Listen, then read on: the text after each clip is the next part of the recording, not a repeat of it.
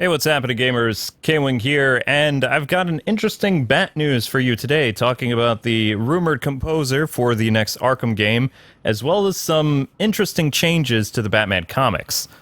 Just what am I talking about? Well, you have to stay tuned right after this.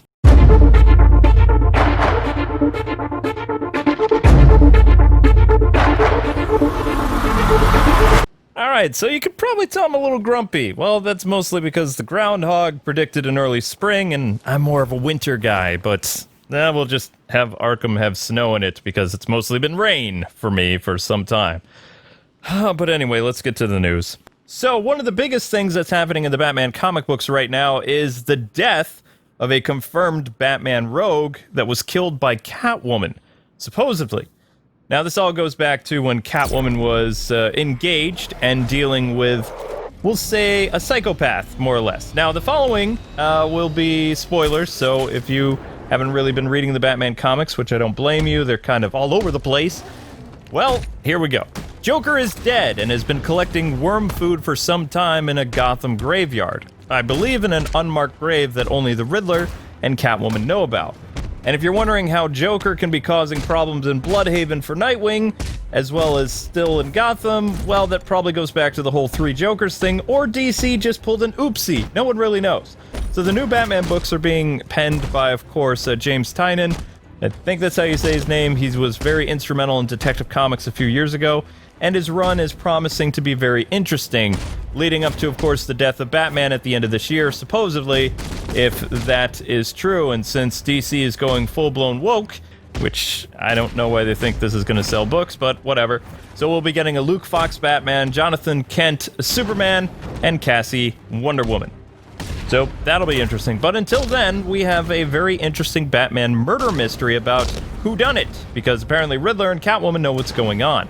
Now, Joker, from the images, if you can see, he's been kind of decomposing for some time. But there's going to be a massive mystery involved, and if you like that kind of stuff, then you're going to be in for a lot of interesting Batman stuff, comic book-wise. And, you know, I'm kind of curious about it. I'm just trying to figure out how Joker is doing one thing in Bloodhaven, which is taking place now, sort of, unless Nightwing and Batgirl end up being an item when he's with Bay right now, kind of, sort of.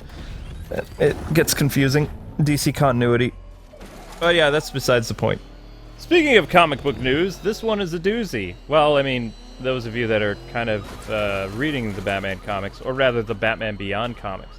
So the identity of future Batwoman was finally revealed, and no one guessed this one at all. You want to know who she is? She's Dick Grayson's daughter, that's who. That's why she was able to sneak into the Batcave, not trip the wires or alert anybody, and just sneak off with the suit no problem, because the Bat computer recognized her as Grayson DNA.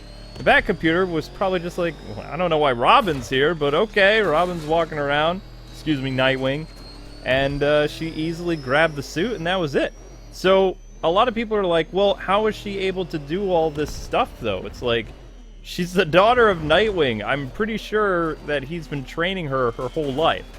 And I believe that was actually the case, or they're going to talk about in a future Batman Beyond book, that Grayson's daughter was trained by Nightwing. It's kind of his sidekick for a while, and for whatever reason decided to bail and come to Neo Gotham, or is it New Gotham? I don't know, one or the other. You Batman Beyond fans will probably be able to help with that. But she steals the suit. She's been running around as the Batman Beyond, Batwoman Beyond, whatever, and doing a really, really good job. And I don't mind this version of Batwoman. I think she's pretty cool.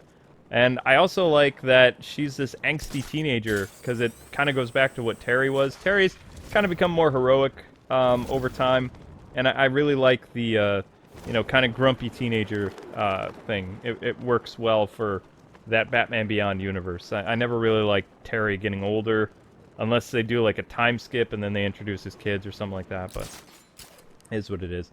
Also, speaking of Terry, they're going to make him evil again, except this time Blight is trying to take over his body. And it's just kind of like, okay, what? Why? So, Terry isn't dead, he's just going to become a supervillain. Didn't we already do this, DC? And if you're wondering, okay, well, what's Nightwing's role in the future? Okay, well, he's the mayor of Bloodhaven, and he's still Nightwing, but like, old Frank Miller-ish Nightwing, but not grumpy. I think he still has an eye patch too, unless that's not canon anymore. I don't know. But you still get to see Nightwing kicking butt, and he's also the mayor of Bloodhaven. So he did things that Bruce didn't even do. So that's kind of cool. So some scary things are going to be happening in the Batman Beyond books, but for a little while you get to see Grayson's daughter kicking butt. So pick up an issue if you want. And Terry will probably be back this summer, most likely. Robert Pattinson put his bat foot in his mouth the other day, saying some pretty interesting things about Batman that he may not be wrong about, but he is learning firsthand that the Batman fandom is a lot bigger than Twilight, so he may have bit off more than he can chew, so to speak. And, well, he's not really going to watch what he says, so this is going to be the most controversial Batman actor since Val Kilmer. So that's a thing. He also mentioned different aspects of the Batsuit, while not giving too much away because an official reveal will be later this month along with the Batmobile. He did talk a little bit about the cowl and said how it's easy to move. So it goes back to, of course, both Affleck and Christian Bale changing up the Bat cowl so that there would be movement, unlike Keaton's, Kilmer's, and Clooney, that all had to encompass a Bat turn, so to speak. Different description of the Batsuit keep changing for Matt Reeves' Batman movie, and right now we're back on the whole Noel Batsuit again, hence why I like using it in the Arkham videos here, but there's still no concrete evidence, because if you cross that red tape with Warner Brothers, you're gonna get slapped with a lawsuit that is gonna make you poorer than poor.